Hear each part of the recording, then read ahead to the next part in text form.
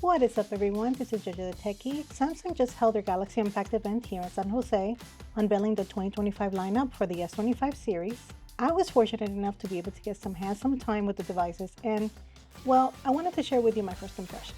Last year, it was all about the introduction of Galaxy AI and all the features this brought to Galaxy devices. This year is all about Galaxy AI improvements and all the new features that make these devices more helpful to everyday users. Samsung says that although their numbers have shown that Galaxy AI is one of the key reasons for users purchasing a Galaxy device, they do recognize that cameras and performance are extremely important as well, and that these three things actually go hand in hand. As far as the hardware goes, the S25 and the S25 Plus are largely unchanged from last year's models. This time though, we get some new fun colors such as icy blue, navy, mint, and silver shadow. We still have a 6.2 and 6.7 inch AMOLED display respectively, and the same 12 megapixel ultra wide, 50 megapixel wide, 10 megapixel telephoto, and 12 megapixel selfie cameras. The same goes for the battery capacity with 4,000 and 4,900 milliamps respectively, and an IP68 dust and water resistance rating on both devices. However, one thing that did change was the RAM on the S25 base model, which went from 8 gigs to 12 gigs, matching its bigger brother, the S25 Plus, with storage configuration starting at 128 gigs on the base model S25, followed by 256 and 512 gigs on both. And yes, the S25 and S25 Plus will be getting all the AI features that we're going to talk about shortly. The S25 Ultra, which we know is the highest end device in the series, and this year it has a 6.9 inch dynamic AMOLED display, which is up from 6.8 inches in last year's model, a 5,000 milliamp battery, which is unchanged from the year before, and a quad camera setup on the back with a 200 megapixel main sensor, a 50 megapixel ultra wide, which is up from the 12 megapixel sensor from last year, a 50 megapixel 5x and 10 megapixel 3x telephoto. RAM and storage configurations remain the same as last year, with 12 gigs and storage tiers at 256, 512, and 1 terabyte. Same can be said for the battery capacity, which remains steadily at 5,000 milliamps. I know, I wish it were more, but here we are. But where you will see the biggest change is in its design, which has morphed to incorporate the same rounded corners that we see on the S25 and S25 Plus. Samsung says this is to make it look more like it's part of the S series family. Additionally, they made the bezel slightly smaller, keeping within the same footprint of the device. The screen is slightly bigger now at 6.9 inches, but the device is now lighter. The S25 Ultra brings the titanium frame back with the colors Titan Black, Titan Gray, Titan Silver Blue, and Titan White Silver, which is my favorite color. All of the devices in the S25 series are powered by the 3nm Snapdragon 8 Elite for Galaxy processor and One UI 7, which is based on Android 15.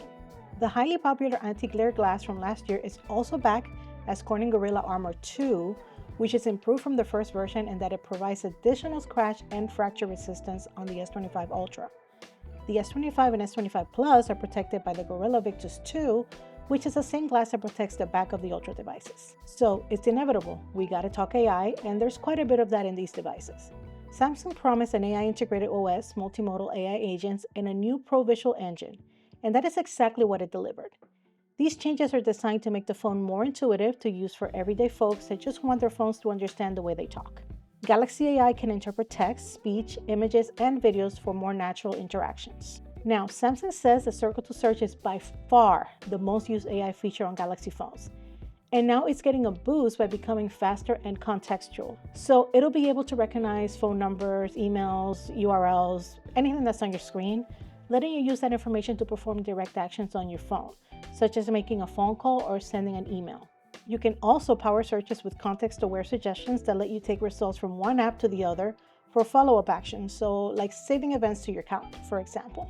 These searches can also be done using natural language, so you can say things like, find me photos of a specific item in the gallery, or even to adjust settings on your phone, like the text size, for example, without having to dig through the settings menu.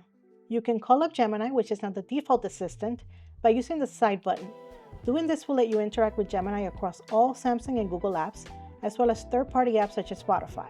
There was one demo that they showed where the Samsung rep took a photo of what was inside of a fridge and asked Gemini to create a recipe based on what ingredients it saw in that photo.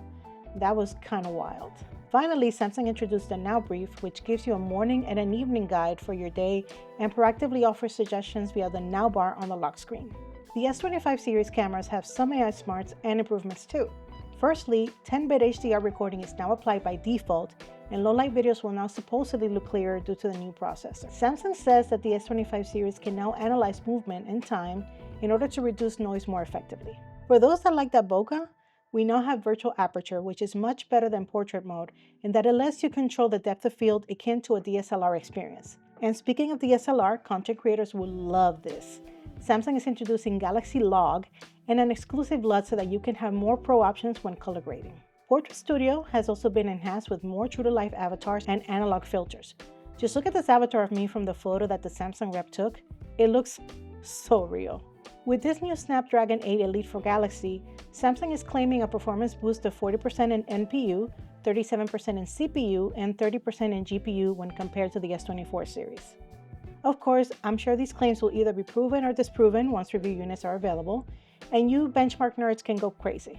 For me, it's more about how a phone performs in everyday use, and that's what I'll be focusing on when I do my full review. But here's what you're probably asking yourself at this point. What about pricing? In spite of rumors stating that there will be a price increase, Samsung is actually sticking to the same pricing structure it adopted for the S24 series, so no price increase whatsoever. I know I just heard cheers all around.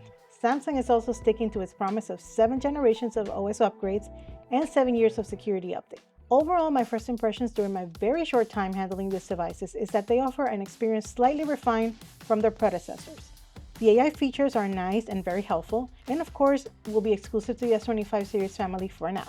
The cameras, although the hardware is mostly unchanged, do get a bump due to better post-processing, which is happening on device. I do have to say that I appreciate the design change on the Ultra, making those corners slightly curved and less prone to dig into my palm. It was very comfortable to hold, even for someone like myself with smaller hands. On paper, this seems very much like an iterative upgrade, and if you're not into the AI features I mentioned and are happy with the cameras that you have on the S24 series, you can probably skip it. But if you want to try all the latest and greatest Galaxy AI features, the improved display, and that beefed up processor, you might want to consider the S25 series. Keep in mind that these are just my first impressions of the Samsung Galaxy S25 series, and I'll be doing a full review of the devices soon, so stay tuned for that. Thank you so much for watching, and don't forget to like and subscribe. See you in the next one.